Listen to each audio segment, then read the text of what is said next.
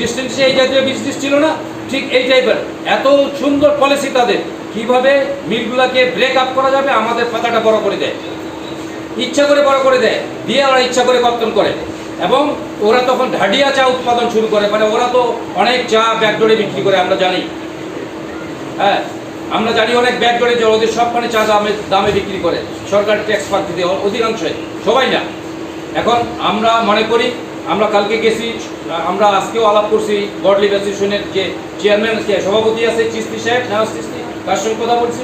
এবং ফ্যাক্টরি 3টা ফ্যাক্টরি কালকে এডিসি সাহেব ছিল আমাদের সঙ্গে, মোবাইল টিম ছিল, মিল সঙ্গে আলাপ করছি যে আমরা চাই, প্রশাসনও চায় যেন চা শিল্পটা 25-এ যেভাবে গেছে 26 ওইভাবে চলবে।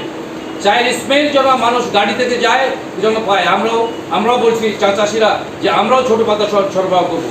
এবং আমাদের যে মাটি, ওই যে এক কুড়ি চার পাতা শুধু এইটা সাস্টেনেবল না, মূলত আমাদের পাতা যদি এরকমও হয় 6 কুড়ি হয়, তারপরে সব থাকে নরম, আঁশ হয় না, এটা কিন্তু আমাদের একটা মিথ। 1 কুড়ি 4 পাতা, কিন্তু আপনার দেখবেন সিলেট, সুনামগঞ্জ, মৌলভীবাজার, শ্রীমঙ্গল, সে তাদের পাতা থেকে এতটুকু হয়, তার বাঞ্জি হয়ে যায়। এই সিস্টেমটা হচ্ছে তাদের জন্য। আমরা এটি করবো, আমরা সরকারকে বলছি, আপনারা বলবেন আমাদের ক্ষুদ্র চাষিদের জন্য নতুন একটা আইন করা। আমরা যেহেতু ক্ষুদ্র চা চাষি, 10 শতক থেকে 10 একর পর্যন্ত আমাদের বাগান আছে, হ্যাঁ আরও বেশি হয়তো 50 একর বাগান আছে, বাগান সংখ্যা অনেক কম, সেহেতু আমাদের এটা ব্রিটিশ আমলের আইন। এই আইনটাকে পরিবর্তন করে আমরা যেন নতুন একটা আইন তৈরি করতে পারি। তার জন্য আমরা যেন ক্ষুদ্র চা চাষিদের জন্য ক্ষুদ্র চা, তাহলে আমরা লাভবান হবো। আমরা শুধু না, পঞ্চগড় লাভবান হবে, বাংলাদেশ লাভবান হবে। যেমন আমরা এখন সংকটে পড়ছি সারের চা চাষিরা সার নিতে গেলে 1800 টাকা নেট, এটা আপনার খোঁজ দিবেন। হ্যাঁ, ইউরিয়া পাওয়া যায় না, সারেরও দরকার হয় অনেক। যদি আমাদের নিজস্ব কোনো এই ধরনের কি আমরা ডিসিআরকে জানাইছি। গেল 2, 3 নাম্বার, আমি আপনাদের আর একটা সুসংবাদ দিই, শুধু পঞ্চগড়ে চা হবে না, আমাদের চার এই টি বোর্ডের আন্ডারে আছে কুড়িগ্রাম, লালমনিরহাট, নীলফামারী, দিনাজপুর, ঠাকুরগাঁও, পঞ্চগড়। আপনারা দেখবেন, গুগলে সার্চ দিলে দেখবেন, সিলেট, শ্রীমঙ্গল, সুনামগঞ্জ, যেসব মৌলভীবাজার, চিটাগাং যে চা উৎপাদন করে, তার চেয়ে আমরা অনেক বেশি চা উৎপাদন করি।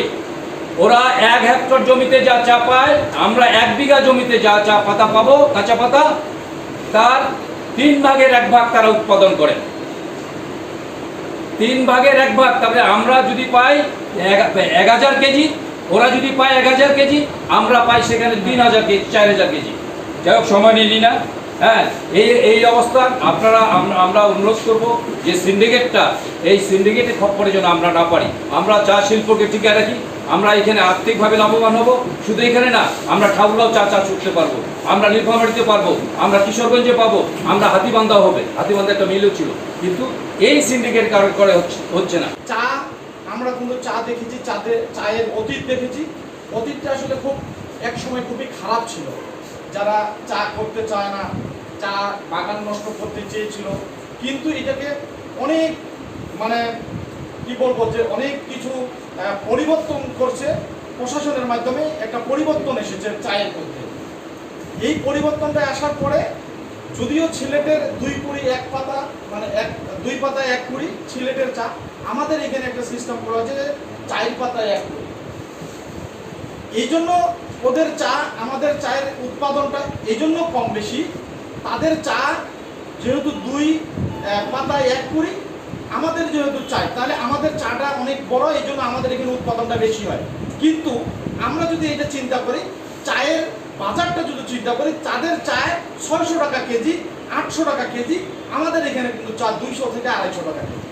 বাণিজ্যিকভাবে ওরা এটাকে ইংল্যান্ডেই কিন্তু করতো, প্রোডাক্ট করে এটা ভোক্তা হিসাবে ইংল্যান্ডের মানুষের কাছেই এটা করতো আর কি, মানে বেচা বিক্রি করতো আর কি। আর আমাদের এই ভারতীয় উপমহাদেশের মানুষদেরকে ভোক্তা হিসাবে মাত্র এই 80 থেকে 100 বছর পূর্বেই কিন্তু এটাকে, মানে ওরা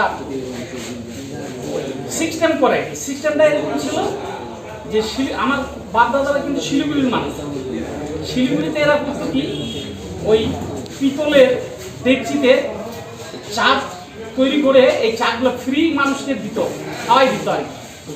হ্যাঁ, খাওয়ায় এটা অভ্যাস করতে হবে। অভ্যাস করে তারপরে এখানে ওরা ভোক্তা হিসেবে আমাদের ভারতীয় উপমহাদেশের লোককে এই চায় অভ্যস্ত করে। তো যাই হোক, এখন এই চাটা হলো তাদের বাণিজ্যের একটা হাতিয়ার। যেমন এর পূর্বে ওরা করছিল নীল চাষ করে এই দেশের এই অঞ্চলের মানুষকে কিন্তু নিষ্পেষিত করছিল। নিষ্পেষিত করে এরা সব লুট করে নিয়ে গেছিল এই দেশ থেকে আর কি। কৃষকের শ্রমের সব কিছু অর্থ ওরা নিয়ে গেছিল।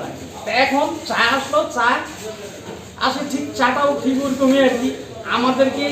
আমাদের দ্বারা চা উৎপাদন করে আমাদেরই মনে করেন যে উপর এটা ভোক্তা হিসাবে দিয়ে ওরা এখান থেকে অর্থ নিয়ে যেতে পারে। এর পাশাপাশি সাংবাদিক ভাইরা আপনারা আছেন, যেহেতু আপনাদের এখানটায় প্রোগ্রামটা ওনারা করছে, আপনাদের কাছে আমাদের এই দাবিটা থাকবে,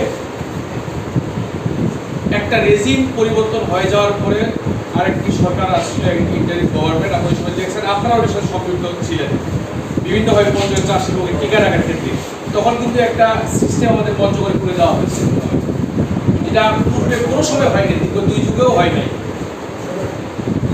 নতুন করে এই সিস্টেম বাদ দিয়ে, শিশুরা বলছি যে কর্তন এবং চায়ের মান নিয়ে যে একটা সিস্টেম ডেভেলপ করা হয়েছে, এটা বাদ দিয়ে নতুন করে ভিন্ন উপায়ে কোনো সিন্ডিকেট যাতে তৈরি যাতে না হতে পারে, এই জায়গায় আপনারা পুরো সজাগ ছিলেন। নতুন করে আপনারা আবারও সজাগ থাকবেন, যাতে আপনাদের সাহসী যে লেখনী, এটা যাতে পঞ্চগড়ের চা শিল্পের আগামী ভবিষ্যৎ বিনির্মাণে একটা সহায়ক ভূমিকা পালন করে, যেভাবে শুরু থেকে আজ অবধি পর্যন্ত কাজ করেছে।